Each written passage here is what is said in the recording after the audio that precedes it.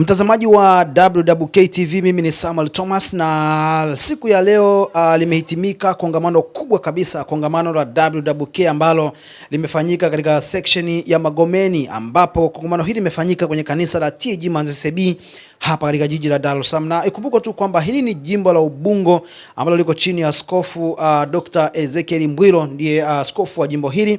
Na kongamano hili limefanyika kwa upande wa section hii ya Magomeni, limehusisha makanisa mbalimbali ya kanisa la Tanzania Assemblies of God. Wanawake ni wengi kabisa ambao wamehudhuria katika kongamano hili. Na mara baada ya kuhitimika kwa kongamano hili ambapo limefanyika kwa muda wa siku 3 tangu siku ile ya Alhamisi, Ijumaa na leo siku hii ya Jumamosi, kongamano hili limehitimika. Tumepata nafasi ya kuzungumza na mkurugenzi wa idara hii ya WWK katika section hii ya Magomeni. Atuambie yale ambayo yamefanyika mahali hapa, lakini pia tunapata nafasi pia ya kuzungumza na wana WWK ambao pia wamekuwa miongoni mwa washirika katika kongamano hili. Watuambie nini ambacho wamekipokea, lakini pia kinakwenda kuwasaidia nini katika kujenga ufalme wa Mungu. Tuwasikilize wakizungumza na wewe. Mimi ni Samuel Thomas, nyuma ya kamera niko naye Azizi Mlangwa. Tafadhali tuwasikilize. Tunamshukuru Mungu kwamba kuanzia tarehe 4 mwezi huu wa 6 mpaka leo hii tarehe 6 tumekuwa na kongamano zuri la wanawake watumishi wa Kristo ambalo lilikuwa linafanyika katika mojawapo ya makanisa yetu ya TAG ya section yetu ya Magomeni, kanisa la TAG Manzese. Kwa neema ya Mungu tumekuwa na kongamano zuri ambapo wanawake wamejitokeza kwa wingi wa makanisa yetu yote ya section yale 13 wakijihudhurisha kwa ajili ya kujifunza mambo mbalimbali kwa habari ya ufalme wa Mungu. Yapo masomo mazuri ambayo tumejifunza wakati wa kongamano hili.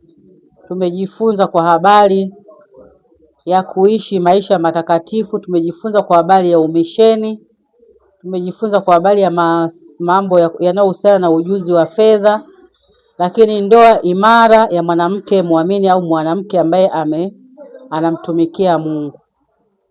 Kwa kweli tumeiona hari kubwa ya wanawake kujitokeza kwa ajili ya kuja kujifunza masomo haya, na ukizingatia kwamba kongamano hili linafanyika mara moja kwa mwaka. Kwa hiyo tumepata wakati mzuri wa hizo siku 3 za kujifunza na kutulia nyumbani mwa Bwana. Kweli tunamshukuru Mungu kwa neema hii ambayo ametupa. Kabla ya kongamano hili tulikuwa na maombi ya mwezi mzima, na kwa kweli tumemwona Bwana kwa namna ya pekee. Maana yale mengi tuliokuwa tunayaomba kweli Mungu ametujibu, na hakika kongamano letu limefanyika kwa kishindo kikubwa, na mpaka kufikia leo hii tumefikia hitimisho.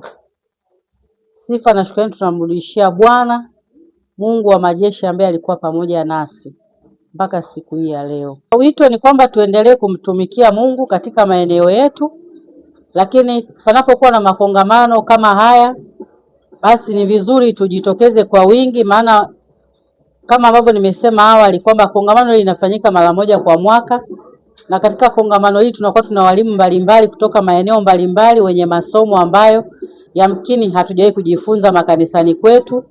Kwa hiyo tunapokusanyika hapa tunakutana na vitu vipya.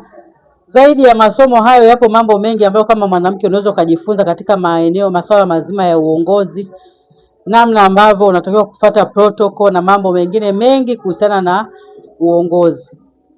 Kwa hiyo huo ndio wito wangu.